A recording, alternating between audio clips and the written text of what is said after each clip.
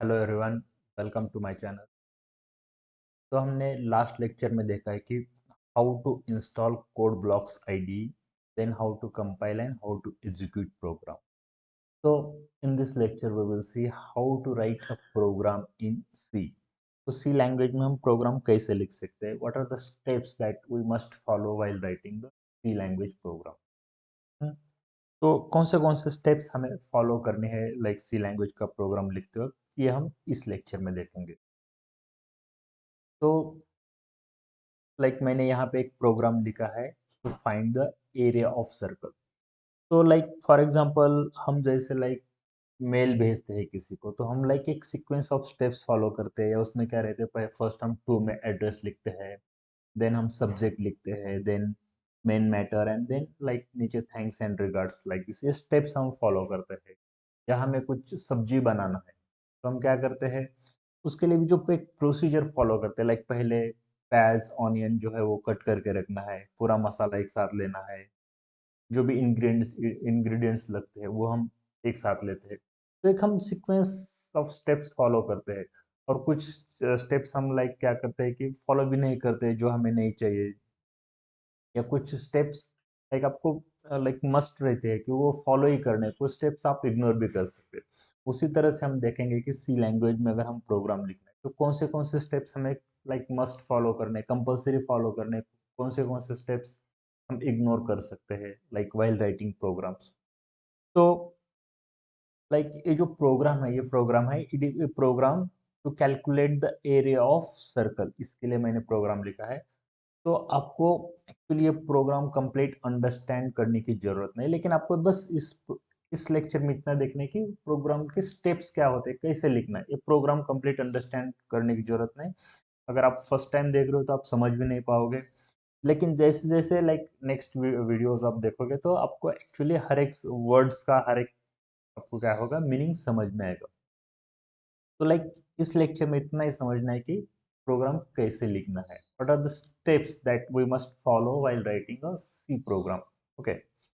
तो ये जो प्रोग्राम है ये calculate the area of circle, इसके लिए है। तो मैंने जस्ट यहाँ पे कुछ उसका रेडियस दिया है, एरिया के लिए एक वेरिएबल लिया है। और ये एरिया जो रहता है पाई आर स्क्वायर, वो फॉर्मूला यूज करके एरिया कैलकुलेट करके वो एरिया प्रिंट किया।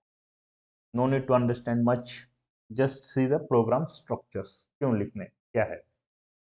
तो फर्स्ट जो आपको फर्स्ट आप ये लिखा है मैंने, program to calculate area of circle. तो एक्चुअली जो फर्स्ट सेक्शन है आप, हम उसको बोलते हैं डॉक्यूमेंटेशन सेक्शन। तो डॉक्यूमेंटेशन सेक्शन में आप क्या लिखोगे कि प्रोग्राम के बारे में जानकारी लिखोगे, प्रोग्राम क्यों लिख रहे हैं हम, that is program to calculate area of circle. Then उसमें आप लिख सकते हो ऑथर नेम, कब आपने लिखा है प्रोग्राम, दैट्स इट।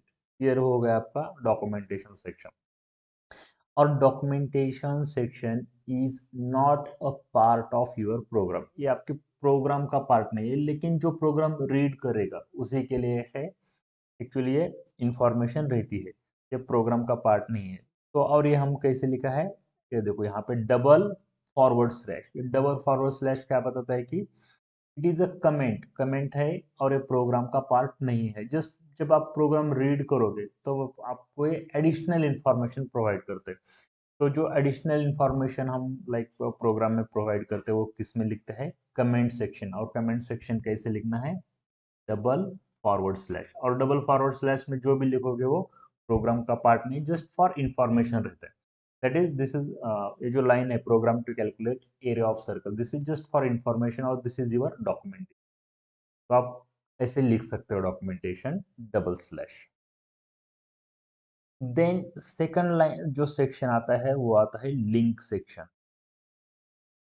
और ये डॉक्यूमेंटेशन सेक्शन ये जो है ना वो है ऑप्शनल, आपको लिखना है लिखो, अदरवाइज मत लिखो। ओके। देन आता है लिंक सेक्शन।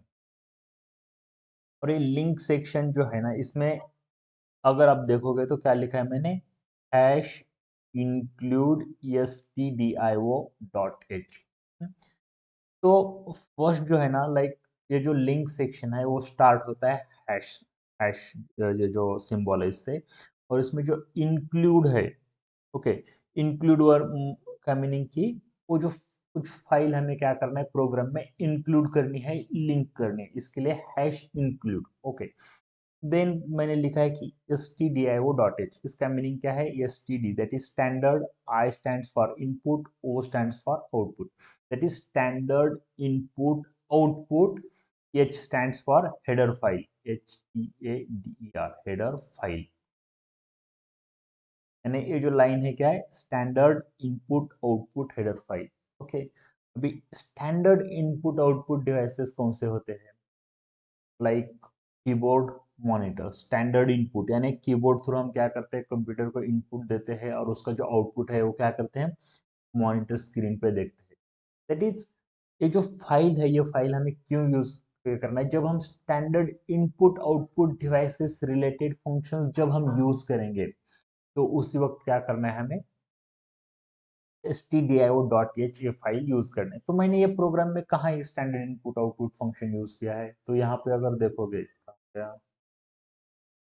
क्या, तो ये जो printf स्टेटमेंट है, तो ये printf स्टेटमेंट क्या है, स्टैंडर्ड आउटपुट फंक्शन है। आउटपुट यानी आपके स्क्रीन पे आपको कुछ मैसेज प्रिंट करना है, तो हम क्या करते हैं, printf स्टेटमेंट या printf फंक्शन यूज करते हैं। तो यहाँ मैं बार बार फंक्शन ये जो वर्ड है ये वर्ड क्या कर रहा हूँ, यूज कर रहा हूँ। तो लेकिन इसके लिए एक डेडिकेटेड टॉपिक रहेगा फंक्शंस का, उसी वक्त आप लाइक फंक्शंस का मीनिंग क्या कर सकते हो, अंडरस्टैंड कर सकते हो। तभी लाइक अभी इतना ही ध्यान रखना है, फंक्शन यानी एक पर्टिकुलर एक टास्क परफॉर्म करता है फंक्शन, यानी वो जो, तो यहाँ पे जो प्रिंट एफ लिखा है, तो प्रिंट एफ स्टेटमेंट हम क्या करते हैं, कुछ मैसेज प्रिंट करने के लिए यूज करते हैं। तो यहाँ पे हर एक जो स्टेटमेंट लिखे है, लाइक प्रिंट ऑफ लिखा है यहाँ पे, सॉरी, यहाँ पे लाइक फ्लोट लिखा है, ये फ्लोट है, वाइड है, मेन है, डिफाइन है। तो लाइक मैक्सिमम जो यहाँ पे टर्म्स है आप बिल्कुल समझ नहीं पाओगे इस लेक्चर में। धीरे धीरे हर इसके लिए हर एक टर्म्स के लिए लाइक एक एक वीडियो रहेगा, कुछ लाइक एक एक चैप्टर है एक्चुअली, ये चीज़ें, तो आप पूरी चीज़ें इसी वीडियो में नहीं समझ पाओगे। लेकिन मैं जो बताना चाह रहा हूँ कि इस लेक्चर में, कि आपको जस्ट इस लेक्चर में देखना है कि प्रोग्राम का स्ट्रक्चर कैसे होना चाहिए, तो इतना ही इस लेक्चर में समझने की कोशिश करो।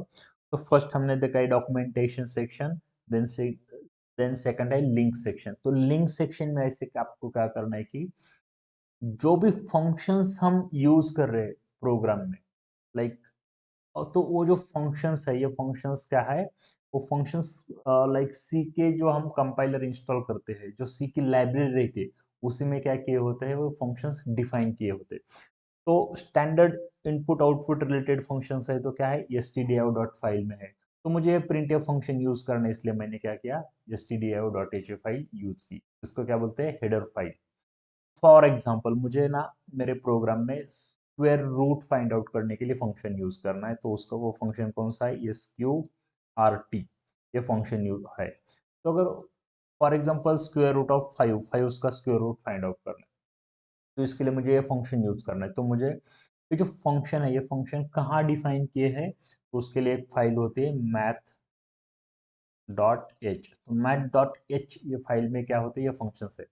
तो अगर एसक्यूआरटी फंक्शन अगर मैं मेरे प्रोग्राम में यूज करने वाला हूँ, तो मुझे ये यहाँ पे कौन सी फाइल इंक्लूड करनी पड़ेगी, मैथ डॉट एच, यानी hash include math dot H, okay. तो जो फंक्शन लाइक जो फंक्शंस हमें यूज करने हैं, तो वो फंक्शन उससे रिलेटेड हमें भी ये फाइल्स क्या करनी पड़ेगी, यहाँ पे ऐड करनी पड़ेगी। That's it, simple. देन ये जो लाइन है यहाँ पे और एक है कि हैश डिफाइन पाई, और यह है पाई की वैल्यू। पाई जो है like area of circle, how to क्या हम करते हैं, एरिया ऑफ सर्कल, एरिया जो है, area is equal to pi r square, ये वैल्यू है। तो यहाँ पे पाई जो है, पाई की वैल्यू क्या रहती है, 22/7, दैट इज 3.14, ये जो है ये वैल्यू रहती है पाई की। और आर स्क्वायर यानी आर इंटू आर ऐसे लिखते हैं। तो सेम मैंने यहाँ पे लिखे है, ये देखो यहाँ पे pi r square, r into r, r square. तो लाइक ये जो पाई की वैल्यू है, ये पाई की बड़ी वैल्यू है, और अब फॉर एग्जांपल मुझे पाई की वैल्यू ना मेरे प्रोग्राम में 10 टाइम्स यूज करनी है, तो मैं हमेशा इतनी बड़ी जो वैल्यू है 3.14, इतनी हमेशा मैं नहीं लिखते बैठूंगा। तो मैं इसलिए मैंने कहा कि ये जो वैल्यू है एक बार डिफाइन की है, तो ये पाई जो वैल्यू है पी आई ऐसे लिखा है, या एक्चुअली ये जो सिंबल है पाई का, ये हम लाइक इनपुट नहीं कर पाते, तो मैंने पी आई यानी, और ये जनरली हम अपर केस में लिखते हैं। ओके, तो ये जो हैश डिफाइन पी आई, तो पी आई की वैल्यू क्या है 3.14, ये जो वैल्यू, तो जहाँ पे मैं प्रोग्राम में पी आई ये वर्ड यूज करूंगा उसी वक्त क्या होगी, ये जो वैल्यू है 3.14 पाई की वैल्यू, वो पाई की वैल्यू क्या होगी उसी वक्त वो रिप्लेस हो जाएगी उस यहाँ पे जैसे ये है। तो इसका एडवांटेजेस क्या है, फॉर एग्जांपल मैंने 10 टाइम्स ये वैल्यू मुझे लिखनी है प्रोग्राम में, पाई वैल्यू यूज करनी है 10 टाइम्स, तो मैं 10 टाइम्स इतनी बड़ी वैल्यू क्यों लिखते बैठूँ, और उसी वक्त मेरा लाइक क्या होगा, प्रोग्राम की रीडेबिलिटी भी क्या हो जाती है, कम हो जाती है। तो इसलिए मैंने क्या किया, एक ही जगह पे क्या किया है, पाई उसको डिफाइन किया, और मुझे मैं बाद में क्या करूंगा, यूज करूंगा। या फॉर एग्जाम्पल अगर मैंने एक जगह पे पाई की वैल्यू 3.14 इतनी लिखी है, लेकिन ये मुझे उसकी एक्यूरेसी और बढ़ाना है, उसका प्रिसीजन और बढ़ाना है, लाइक पूरा नंबर लिखना है। तो अगर मैंने यहाँ पे लाइक ये पाई है, पाई की वैल्यू लिखी 3.14, नेक्स्ट टाइम 3.14, और लेकिन मुझे बाद में चला कि ये जो 10 टाइम्स मैंने वैल्यू लिखी है वो प्रोग्राम में, वो मुझे उसको क्या करना है कि लाइक 3.14159265 359 ये पूरी वैल्यू लिखना है, या ये जो पाई की वैल्यू है पूरी लिखनी है, तो मुझे 10 टाइम्स ये वैल्यू चेंज करनी पड़ेगी। तो अगर मैं हैश डिफाइन करके अगर कोई एक कांस्टेंट वैल्यू जो है, ये वैल्यू अगर मैं एक बार ही डिफाइन करता हूँ, तो मुझे मैंने एक बार चेंज किए तो ऑटोमेटिकली वो क्या हो जाएगी, वैल्यू हर जगह पे चेंज हो जाएगी। इसलिए हम क्या करते हैं कि जो भी वैल्यूज हमें रिपीटेटिव यूज करना है, तो हम क्या करते हैं उसको, वो जो वैल्यूज है इसे as a constant value define करते हैं।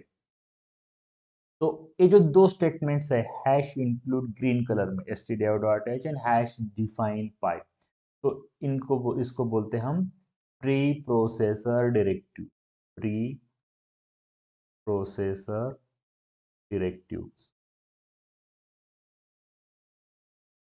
तो प्री प्रोसेसर डायरेक्टिव इसका मतलब क्या होता है, क्या मीनिंग होता है, तो pre processor directive means like ये जो स्टेटमेंट्स है, यहाँ पे जैसे दोनों लिखे, तो ये बिफोर कंपाइलेशन, कंपाइलेशन से पहले क्या होते हैं ये स्टेटमेंट जो है ना, लाइक हैश इंक्लूड stdio.h, तो वो जो फाइल है ना, वो फाइल क्या हो जाएगी, इस ये जो प्रोग्राम है उस प्रोग्राम में पहले वो रिप्लेस की जाएगी, उस फेच की जाएगी, और वो जो स्टेटमेंट है वहाँ पे क्या की जाएगी, वो फाइल जो है वो उसके जो कंटेंट है वो कंटेंट इस पे रिप्लेस किए जाएंगे फर्स्ट, बिफोर कंपाइलेशन। या ये जो हैश डिफाइंड पाई है, तो जहां जहां पाई रहेगा प्रोग्राम में, पाई की जगह पे ये जो टेक्स्ट है, ये जो वैल्यू है, ये वैल्यू क्या हो जाएगी, रिप्लेस हो जाएगी बिफोर कंपाइलेशन। हम प्रोग्राम कंपाइल करने से पहले ये जो वैल्यूज है, ये वैल्यूज क्या हो जाती है, रिप्लेस, और उसके बाद क्या होता है, ये प्रोग्राम अपना कंपाइल किया जाता है। इसलिए हम क्या बोलते हैं इसको, प्री प्रोसेसर डायरेक्टिव्स। बहुत सारे प्री प्रोसेसर डायरेक्टिव्स है, धीरे धीरे हम जैसे आगे बढ़ेंगे तो वो जो डायरेक्टिव्स है वो सीखेंगे। तो फर्स्ट इतना याद रखना है, लाइक डॉक्यूमेंटेशन करना है तो करो, देन जो फंक्शंस यूज करने हैं, कुछ कॉन्स्टेंट्स यूज करने हैं, तो पहले क्या करना है, डिफाइन करना है। और ये जो सेक्शन है ना, लाइक प्री प्रोसेसर डायरेक्टिव्स वाला यानी link section, this is also an optional, क्योंकि अगर हमें कुछ फंक्शंस यूज करने तो यूज लाइक वो हम फाइल्स इंक्लूड करेंगे, मुझे ये कांस्टेंट यूज करना है तो मैं वो डिफाइन करूंगा, otherwise I will not define. Okay, ये भी ऑप्शनल है। Then like this is first one, documentation, link section is second one. Okay, then हम देखेंगे कि ये जो है मेन, तो मेन सेक्शन जो है ना, ये मेन सेक्शन है कंपलसरी है, आपको कंपलसरी है जो सेक्शन है वो लिखना ही है हर एक प्रोग्राम में, मेन फंक्शन जो है वो मेन फंक्शन आना ही चाहिए। तो क्या लिखा है, मेन फंक्शन यानी क्या होता है कि it indicates the start of the program, program यहाँ से स्टार्ट हो रहा है, ये मेन फंक्शन बताता है, इसलिए आपको कंपलसरी मेन लिखना ही है। फिर यहाँ पे वाइड लिखा है मैंने, तो वाइड का मीनिंग कुछ जो रहता है वो हम फंक्शन जो चैप्टर हम सीखेंगे तब देखेंगे कि ये फंक्शन वैल्यू रिटर्न नहीं करता है, तब हम लाइक वाइड यूज करते हैं लाइक और ये कॉन्सेप्ट फंक्शन चैप्टर्स में क्लियर हो जाएंगे। तो या सिर्फ मेन भी आप लिख सकते हो। तो जो मेन है, मेन फंक्शन लिखने के बाद वहां से क्या होता है, प्रोग्राम एक्चुअली स्टार्ट होता है। देन ये आपको ये लिखना है bracket, opening and close bracket, then है लेफ्ट कर्ली ब्रेस। ओके, तो यानी मेन और लेफ्ट कर्ली ब्रेस, यानी यहाँ से आपका प्रोग्राम क्या हुआ है, स्टार्ट हुआ है एक्चुअल प्रोग्राम। ओके, और उसके बाद आता है फर्स्ट, ये जो दो स्टेटमेंट्स है, float r is equals to 7.0, यानी ये रेडियस मैंने डिफाइन की है। तो ये जो लाइक दो स्टेटमेंट्स है उसको क्या बोलते हैं हम, वेरिएबल डिक्लेरेशन, वेरिएबल डिक्लेरेशन। तो अभी वेरिएबल्स क्या होते हैं इसके लिए लाइक नेक्स्ट वीडियो रहेगा कि उसमें वेरिएबल्स क्या होते हैं, उसका मीनिंग क्या होता है, डेटा टाइप्स क्या होता है। तो ये भी लाइक नेक्स्ट चैप्टर में, लेकिन आपको यहाँ पे एक याद रखना है कि सी लैंग्वेज में जब भी आप प्रोग्राम लिखोगे तो मेन जब फंक्शन आएगा उसमें क्या करना है, first you have to define this variables first.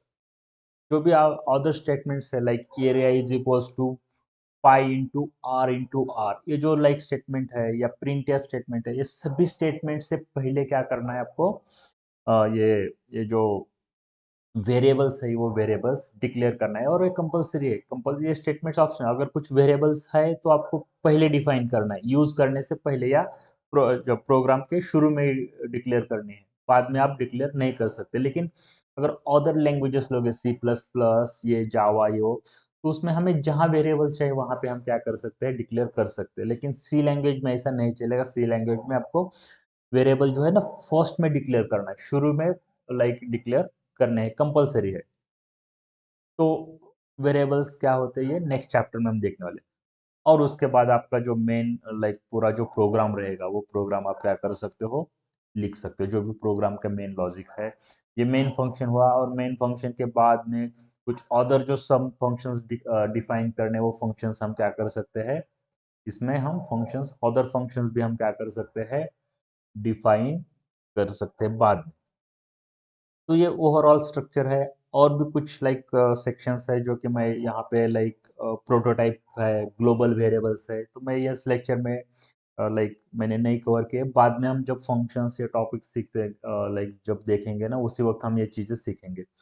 तो इसमें और एक पॉइंट मैं बताना चाहता हूँ आपको कि यहाँ पे जो लाइक डबल फॉरवर्ड स्लैश जो लिखा है वो क्या है, कमेंट सेक्शन। तो यहाँ पे देखो, रेडियस ऑफ सर्कल, तो ये जो वेरिएबल है r stands for radius of circle, उसके बारे में मैंने लाइक एक्स्ट्रा इन्फॉर्मेशन लिखी है, प्रोग्राम का पार्ट नहीं है लेकिन एक्स्ट्रा इन्फॉर्मेशन है, तो उसको क्या बोलते हैं हम, कमेंट्स। तो ये जो कमेंट्स है कैसे लिखते हैं, डबल फॉरवर्ड स्लैश। तो ये जो कमेंट है, ये कमेंट है सिंगल लाइन कमेंट, यानी एक लाइन में कमेंट लिखना है, तो हम क्या कह सकते हैं, ऐसे डबल स्लैश। और जब हम मल्टी लाइन कमेंट्स लिखना है, एक से ज्यादा लाइन पे कमेंट लिखना है, फॉर एग्जांपल यहाँ लिखा है ये एरिया इज इक्वल्स टू, ये जो है ना इसका डिस्क्रिप्शन मैंने यहाँ लिखा है, compute area of circle, area of circle. तो ये जो है ये देखो, फॉरवर्ड स्लैश स्टार, उसके बाद में आप जो भी कमेंट है आपके मल्टी लाइन कमेंट वो लिख सकते हो, और बाद में लाइस ऐसे क्लोज बेस से करना है स्टार फॉरवर्ड स्लैश। देखो पहले फॉरवर्ड स्लैश स्टार, जब कमेंट स्टार्ट होगी और कमेंट जब क्लोज होगी तब उसमें क्या है, star and then that forward slash. तो उस वक्त आप उसी तरह से आप क्या कर सकते हो, मल्टी लाइन कमेंट्स भी लिख सकते हो। So this is all about how to write program in C. See, if you have any doubt, please write below in the comment section. And if you like the video, please hit the like button and subscribe to my channel. Thank you.